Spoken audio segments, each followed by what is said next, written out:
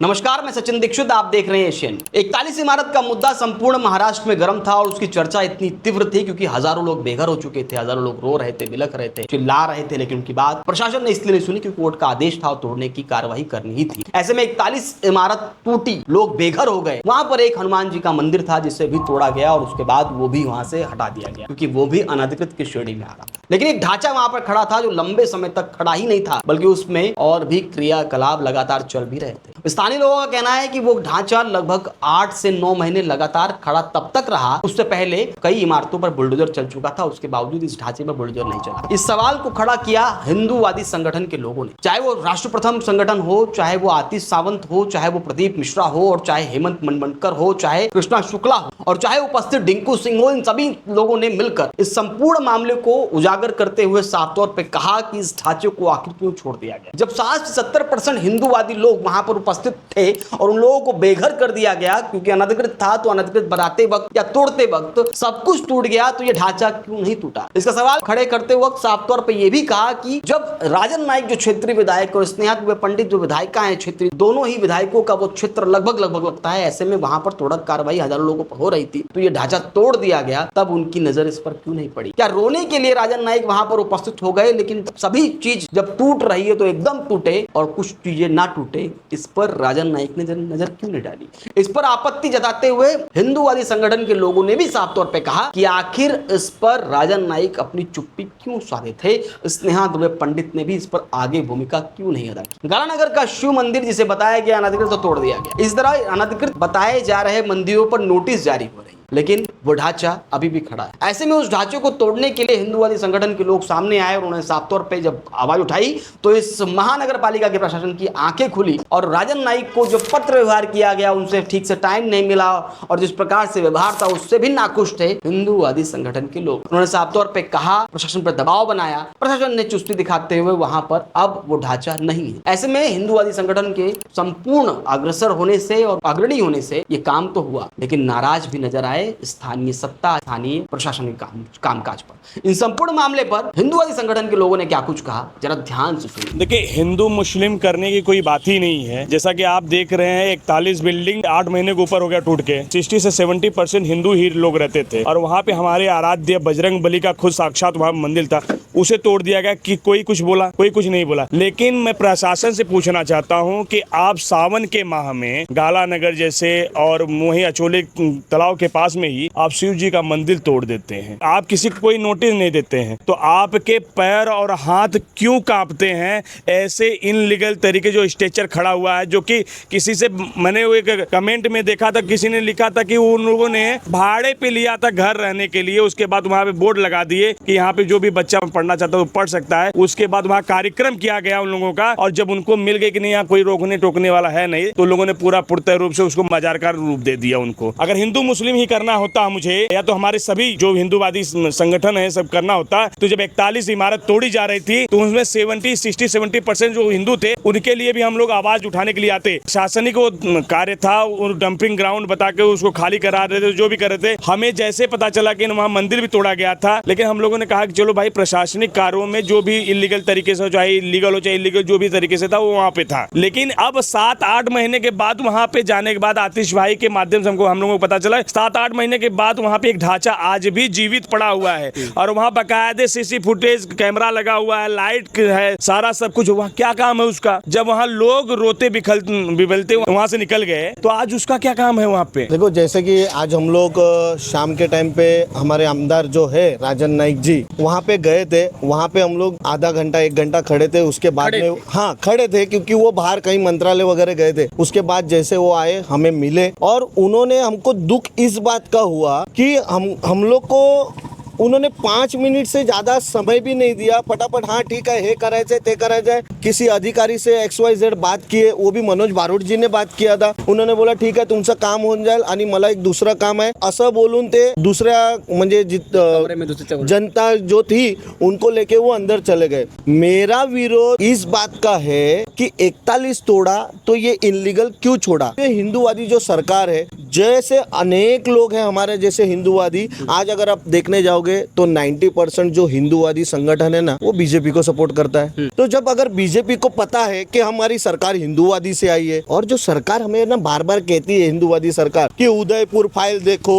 फिर कश्मीर फाइल देखो, फिर फलाना फाइल देखो, अरे मैं सरकार से बोलना चाहता हूँ ये 41 बिल्डिंग वाली फाइल खोलो ना, ये दिखाओ हमें, ये दिखाओ जनता को, ये दिखाना आपका जरूरी है, मगर ये आप नहीं दिखाते हो। और सबसे पहले आतिश सावंत जी को धन्यवाद कि ऐसा जो विषय है जो कि निष्क्रियता के वजह से, शासन और प्रशासन दोनों की नाकामियों की वजह से जो विषय दबा हुआ था उसको सबके सामने ले आने का बहुत महत्वपूर्ण काम इन्होंने किया। आज हमने हमारे जो लाडले आमदार हैं राजन नाईक जी, उनको हमने पत्राचार करके आज सूचित करने का प्रयास किया। राजन नाईक जी से हमारे बहुत अच्छे संबंध हैं, बहुत वर्षों से हम साथ में काम किए, लेकिन हमें दुख इस बात का हुआ कि कहीं न कहीं हम हिंदूवादियों का खून पसीना वोटों में लगा हुआ है, और उन्हीं हिंदूवादियों का जिनके माध्यम से घर घर में जाके हिंदुत्व का प्रचार और हिंदुत्व का माहौल तैयार करने वाले कार्यकर्ता हम हैं। वर्षों से काम किया है हमने वसई विरार में। जब लोग जय श्री राम बोलने से डरते थे उस समय हमने जय श्री राम का नारा सब जगह गुंजायमान किया।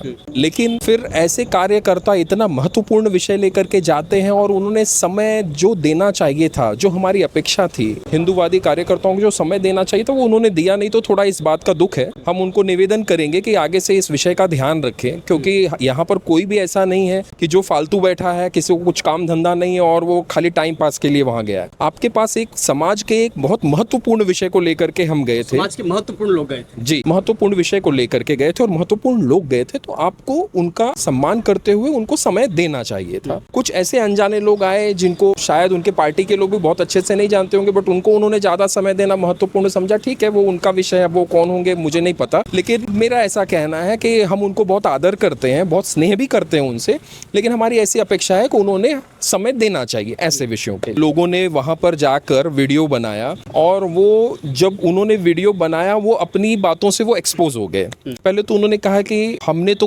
कभी जब हमने बाइट दिया तो हमने तो नहीं कहा था कि ये मदरसा है कि मजार है कि मस्जिद है, हमने नहीं कहा था।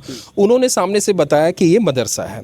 उन्होंने कहा छोटे छोटे बच्चे वहां पढ़ने आते हैं। तो छोटे छोटे बच्चे तो उन बिल्डिंगों में भी रहते थे, जिन्हें बरसात के मौसम में रोते बिलखते बच्चों को हाथ पकड़कर घर से बाहर निकाल दिया गया। कई सारे बच्चे बरसात में भीगने की वजह से बीमार हो गए, छत न होने की वजह से बीमार हुए, भूखे रह गए, कितने लोगों को हार्ट अटैक आया। आपने बहुत सारे न्यूज कवर किए जी, तो आपने वो सब कवर किया। तो क्या वो बच्चे नहीं थे? अच्छा, अगर ये मदरसा था तो जब वहां मंदिर टूट गई तो वो क्यों नहीं टूटा? दूसरी चीज, अगर उन्होंने आरोप लगाया कि भाई ये लोग तो कुछ कहीं से आए थे, इनको हिंदू मुस्लिम करना था, अभी जैसे प्रदीप ने बताया कि हिंदू मुस्लिम करना होता तो जब मंदिर टूटा था उस समय करते। तो अब यहाँ पर सांप्रदायिक माहौल कौन खराब कर रहा है? जिसकी मंदिर टूट गई वो खराब कर रहा है, या जिसने जबरदस्ती इस ढांचे को वहां पर बनाए रखा वो लोग सांप्रदायिक माहौल खराब कर रहे हैं? उसके बाद वो सामने से कह रहे हैं कि मंदिर टूट गई तो हमने जो है लाइट किसी दूसरे जगह से हमने लाइट ले ली, चोरी से ली। तो अब वो चोरी से स्वाभाविक है, अगर मीटर नहीं है तो आप चाहे जिससे आपने ली, जिसने आपको लाइट दी है उसके ऊपर भी केस दर्ज होना चाहिए, और जिससे आपने लाइट ली है वो भी केस दर्ज होना चाहिए, FIR दर्ज होना चाहिए। फिर उसमें से कुछ लोग समाज सेवक बन करके सामने आए, उन्होंने कहा नहीं हम तो बहुत समाज सेवक हैं, हम हिंदू मुस्लिम एकता वाले हैं। अभी आप इनके रिकॉर्ड निकालोगे ना तो आपको समझ में आएगा, बहुत सारे लोग ऐसे गैर कानूनी कामों में आपको लिप्त पाए जाएंगे।